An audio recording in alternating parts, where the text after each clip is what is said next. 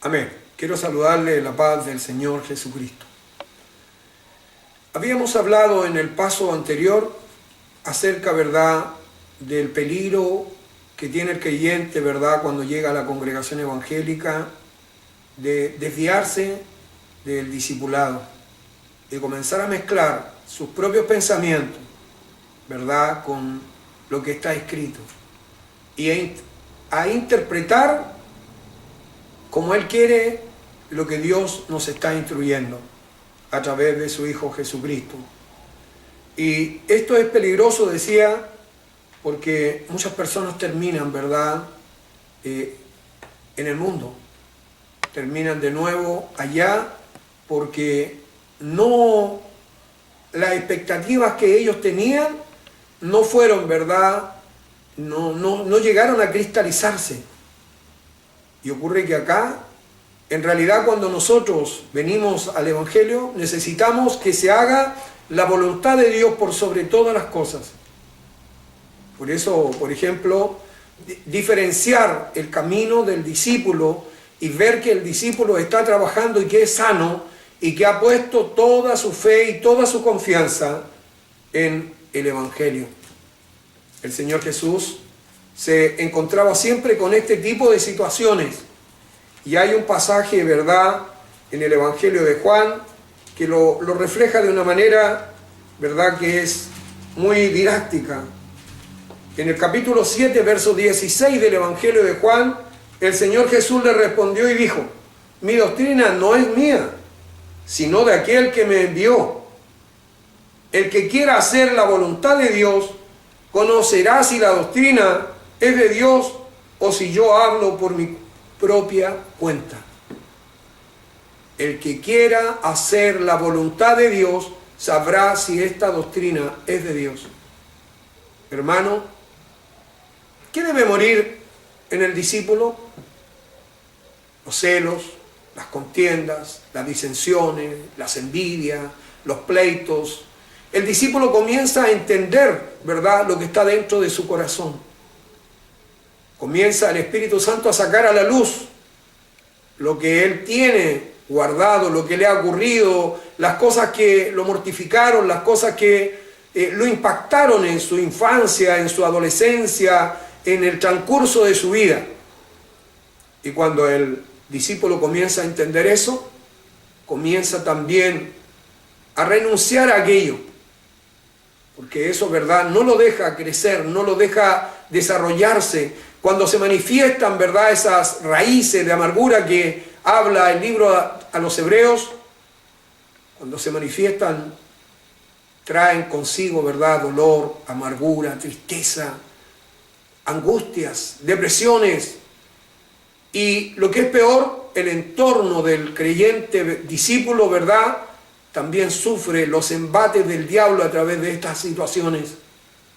Porque las personas lo ven, ¿verdad?, al discípulo que ha heredado y tiene autoridad que Dios le ha legado, y que ha ejercido esa autoridad y que ha visto la gloria de Dios, y luego, ¿verdad?, se ve como opacado, se ve como caído, se ve como que ha quedado, ¿verdad?, todo en nada.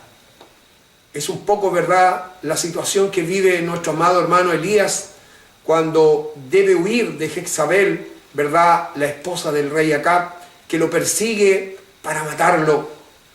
Él, ¿verdad?, ha visto la gloria de Dios. Él ha sido testigo de la gloria de Dios.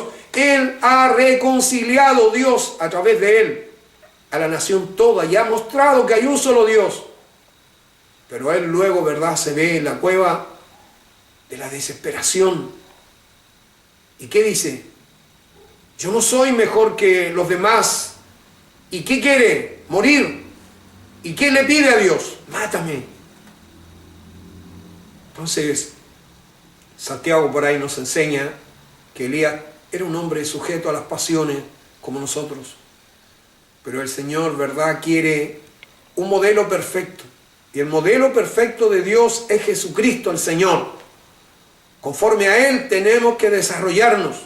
Y para desarrollarnos tenemos que reconocer las cosas que están mal y que estamos haciendo mal y que están en nuestra vida, y no excusarnos, no atribuir a las demás personas nuestros exabruptos, nuestras malas costumbres, malas maneras de conducirnos.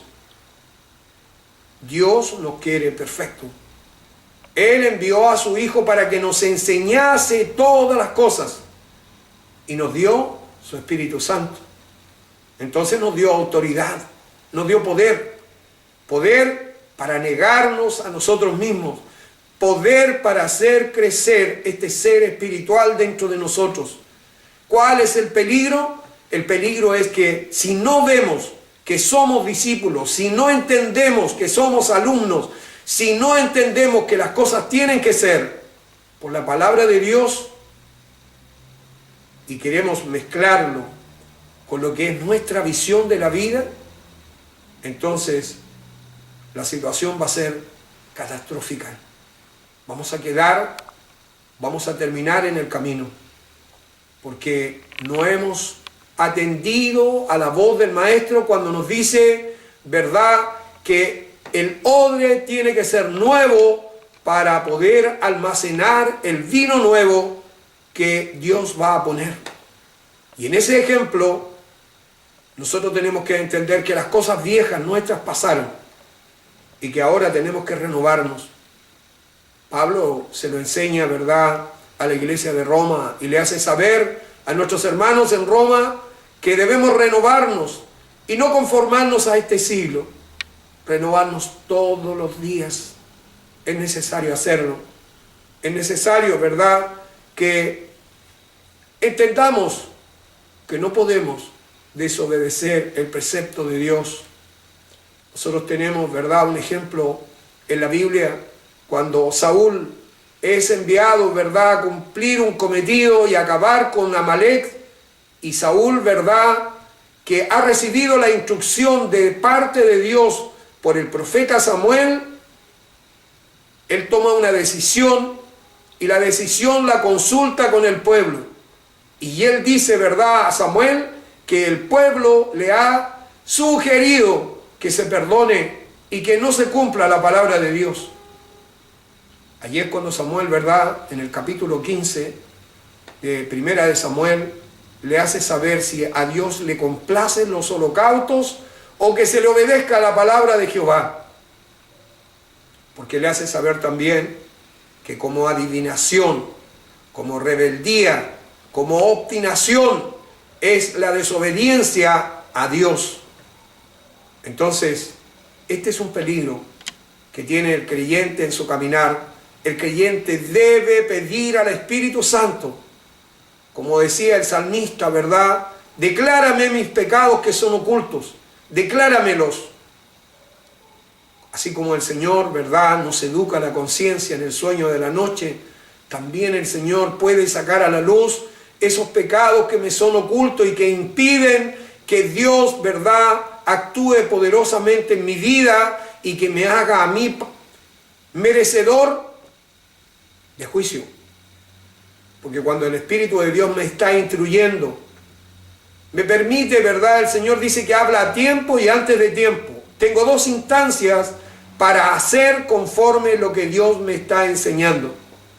El Señor me está enseñando cómo conducirme. El Señor me declara por su palabra en la congregación evangélica qué espera de mí. Y luego Él me examina para saber si he entendido. Y si yo reacciono mal, si yo no apruebo, tengo siempre una oportunidad. Pero es en el tiempo a tiempo, porque después de tiempo, eso equivale a un juicio. Y el juicio trae consigo dolor, aflicción. El juicio trae consigo lo que el salmista decía, que se convirtió mi verdor como en sequedades de verano. Eso trae consigo el juicio. Cuando usted es probado, la prueba de su fe le trae a usted gozo. Gozo. Eso es la diferencia entre que sea aprobado y Dios le emita un juicio. ¿Quiere Dios emitirnos juicio? Verdaderamente no. Dios quiere que vivamos en victoria, pero esta victoria depende de la disposición de mi alma, depende de la disposición de mi vida, depende cómo yo reconozco, ¿verdad?, las cosas que están mal en mí. Y cuando las reconozco, pido perdón a Dios Padre por medio de Jesucristo y pido perdón a mi entorno. Pido perdón a las personas a las que yo he ofendido, a las personas que yo herí.